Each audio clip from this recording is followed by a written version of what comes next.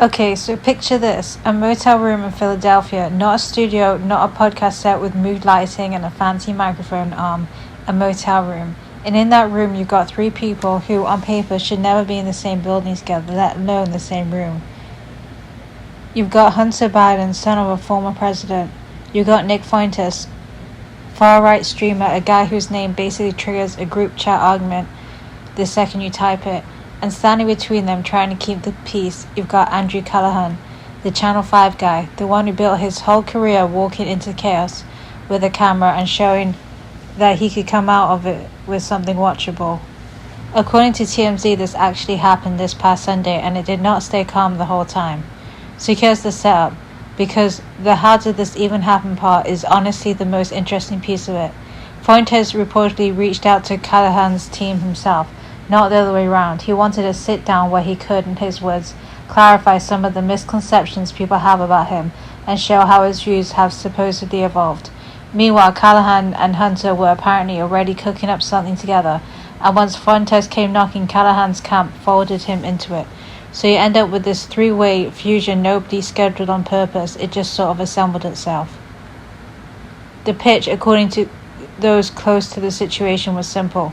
Can the son of a Democratic president and one of the most polarizing right-wing streamers in the country actually sit in a room together and find common ground? No topic off limits. That was the rule going on. And for a while, it apparently worked the way things were supposed to work. There were laughs, there were moments where they actually agreed on something, which, if you know anything about either of these guys' reputations, is either wildly wild or super wild. But then it turned. TMZ sources say the conversation got heated enough that Callaghan reportedly had to step in before things turned into a physical confrontation. As somebody almost threw a punch situation, two guys who built entire public identities on saying whatever you want in a room together, no script, no off-limit topics. Yes, of course it got tense. That was basically baked into the premise before anyone said a single word. Now here's the thing that makes this more than just a weird internet crossover event. Fuentes isn't some random troll nobody's heard of. He's built a following on rhetoric that's been widely labeled anti-Semitic, and he's openly pushed the idea of the US becoming a Christian nationalist authoritarian state.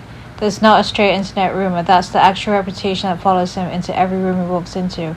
So when Hunter Biden agrees to sit across him with no topics off the table, that's not a small booking decision, that's a choice that's going to follow both of them.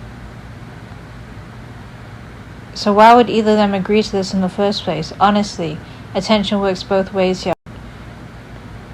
Fuentes gets to reach an audience that would normally never platform him and gets to frame himself as the guy who's misunderstood and willing to sit with the enemy. Hunter gets to look like the guy who isn't afraid of anyone, controversy included. Callaghan gets the kind of tension-soaked, almost came to blows footage that built his entire channel. Everybody walks away with something, even if what actually happened in the room got uncomfortable. The interview is set to air later this month, and if the pre-release descriptions are anything to go by, laughs, heated arguments, and a physical altercation that needed diffusing, this is not going to be a polite fireside chat. This is going to be the kind of video people clip into 40 different arguments before the day is even over. And that's really the story here. Not just that it happened, but that it happened at all. A former vice president's son and a far-right streamer locked in a motel room with a camera agreeing to talk about anything. That's a sentence that would have made sense 5 years ago. No, it wouldn't have made sense then. But now it's just another Sunday. We'll see the actual footage soon enough. Until then, all we've got is the description of a room where two very different people almost came to blows over politics, and somehow that's the normal thing that happened in the news this week.